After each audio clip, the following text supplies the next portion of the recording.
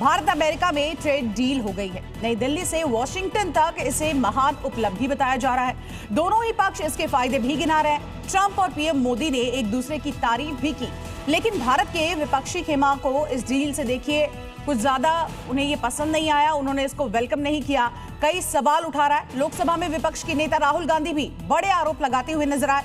कुल मिलाकर विपक्ष बिल्कुल नाखुश है और ऐसे में जानना जरूरी है कि आखिर में इस ट्रेड डील में है क्या। हम परत दर परत आपको बताएंगे अगले 10 मिनट में। आप देखिए इंडो यूएस ट्रेड डील से जुड़ी हर बारीकी। भारत की डिप्लोमेसी की बड़ी कामयाबी।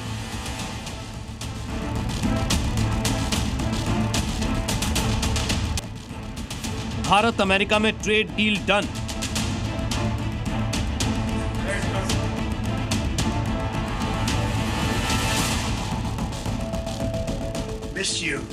भारत का रुतबा बढ़ा और टैरिफ घटा।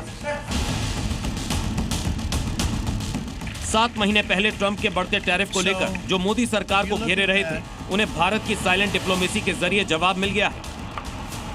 भारत ने कुछ नहीं कहा और सब कुछ हो गया। अड़ियल ट्रंप झुक गए और ट्रेड डील पर सहमति बन गई। बीजेपी संसदीय दल की बैठक में पीएम मोदी का यह सम्मान बता रहा है कि इस डील के आखिर मायने क्या है। अमेरिका ने भारत पर टैरिफ 25% से घटाकर 18% कर दिया है। साथ ही दोनों देशों के बीच व्यापार समझौते पर भी मोहर लग गई है। इसकी घोषणा खुद राष्ट्रपति ट्रंप ने सोशल मीडिया के जरिए की। ट्रंप ने पोस्ट में लिखा कि प्रधानमंत्री मोदी उनके सबसे अच्छे दोस्तों में से एक हैं और दोनों नेताओं ने दोस्ती और सम्मान के आधार पर यह समझौता किया है। ट्रंप ने यह भी कहा है कि अमेरिका भारत पर लगाया जाने वाला रेसिप्रोकल टैरिफ 25% से घटाकर 18% करेगा। पीएम मोदी ने रूस से तेल खरीद बंद करने पर सहमति जताई। भारत अब अमेरिका से ज्यादा तेल खरीदेगा। इसके अलावा वेनेजुएला से भी तेल खरीदने की संभावना पर भी बात हुई। डील पर मोहर लगने के बाद पीएम मोदी ने राष्ट्रपति ट्रंप का शुक्रिया अदा किया। पीएम मोदी ने सोशल मीडिया पर लिखा, मुझे राष्ट्रपति ट्रंप से बात करके बहुत खुशी हुई। ये जानकर बेहद संतोष है कि अब मेड इन इंडिया उत्पादों पर टैरिफ घटाकर 18% कर दिया गया। इस शानदार फैसले के लिए भारत के 1.4 अरब लोगों की ओर से राष्ट्रपति ट्रंप का दिल से धन्यवाद। तो भारत उन देशों में शामिल हो गया है जिन पर सबसे कम टैरिफ है। इस डील से क्या सस्ता होगा और किन सेक्टरों पर असर पड़ेगा, ये भी जान लीजिए। इस डील से सबसे बड़ा फायदा टेक्सटाइल सेक्टर को होगा, क्योंकि अमेरिका भारत के टेक्सटाइल एक्सपोर्ट का 28% हिस्सा है। पहले हाई टैरिफ से ऑर्डर होल्ड हो गए थे, लेकिन अब मार्जिन बेहतर होंगे। तिरुपुर, लुधियाना और सूरत की फैक्ट्रियों में फिर से रौनक लौटेगी। लगभग $11 बिलियन का निर्यात अब सुरक्षित है। इसके अलावा जेम्स एंड ज्वेलरी एक्सपोर्ट में भी टैरिफ कम होने से फायदा होगा। लैंडेड कॉस्ट घटेगी, प्रॉफिट मार्जिन सुधरेगा। लेदर और फुटवियर पहले बहुत प्रभावित हुआ था, लेकिन अब ऑर्डर रिज्यूम होने की उम्मीद है। प्रोडक्शन बढ़ने के भी कयास लगाए जा रहे हैं। Engineering goods, machinery equipment, automobile supply, speciality chemicals और कुछ एग्रो प्रोडक्ट्स भी सस्ते होने के आसार हैं। इस डील की सबसे अच्छी बात यह है कि भारत के कोर एक्सपोर्ट्स को इसमें छेड़ा नहीं गया है। इलेक्ट्रॉनिक्स, फार्मा और पेट्रोलियम, ये वो सेक्टर्स हैं जो पहले भी हाई टैरिफ से बाहर थे और अब भी बाहर ही रहेंगे। यानी भारत की दवाइयां और रिफाइंड पेट्रोलियम अमेरिका में बिना किसी रुकावट के जाते रहेंगे। ये भारत की इकोनॉमी की रीढ़ है जो सुरक्षित है। अब हर किसी के जहन में सवाल यह है कि आखिर कैसे बाजी पलटी, कैसे अमेरिका भारत के सामने झुक गया, ट्रंप ने कैसे यू टर्न ले लिया। तो इसकी बड़ी वजह यह तस्वीर भी है। भारत और यूरोपियन यूनियन के बीच ट्रेड समझौता हुआ तो ट्रंप को महसूस हो गया था कि भारत अगर हाथ से निकल गया तो उन्हें कितना बड़ा नुकसान होगा। अमेरिका किसी भी हालत में 1.40 करोड़ के बाजार को हाथ से नहीं जाने देना चाहता था। अमेरिका किसी भी हालत में 1.40 करोड़ के बाजार को अपने हाथ से जाने नहीं देना चाहता था। ट्रेड एक्सपर्ट्स भी मानते हैं कि ईयू डील के बाद अमेरिका पर भी दबाव बढ़ा कि वो भारत के साथ प्रतिस्पर्धी शर्तों पर समझौता करे ताकि अमेरिकी कंपनियां पीछे न रह जाएं। ऐसे में भारत के साथ हुई इस नई डील से अमेरिकी एक्सपोर्ट्स बढ़ेंगे।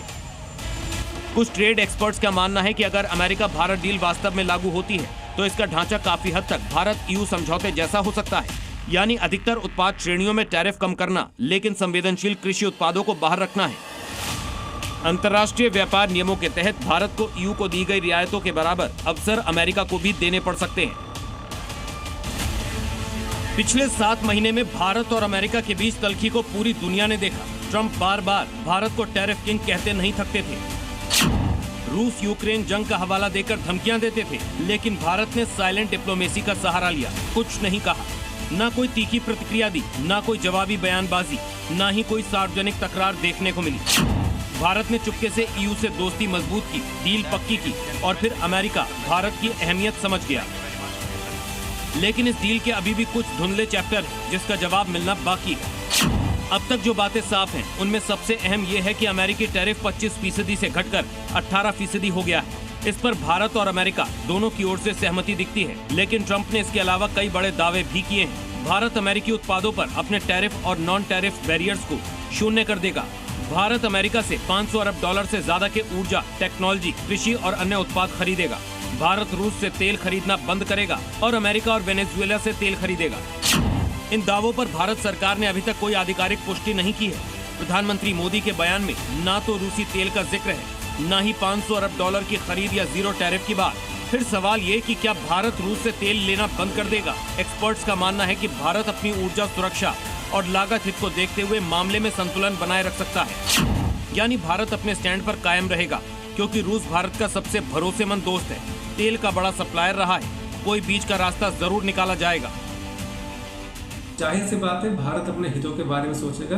अगर स्थिति ऐसी बनती है कि वेनेजुएला से भी हम खरीदें और हमको सस्ती कीमत मिलती है तो भारत वहाँ से भी खरीदेगा।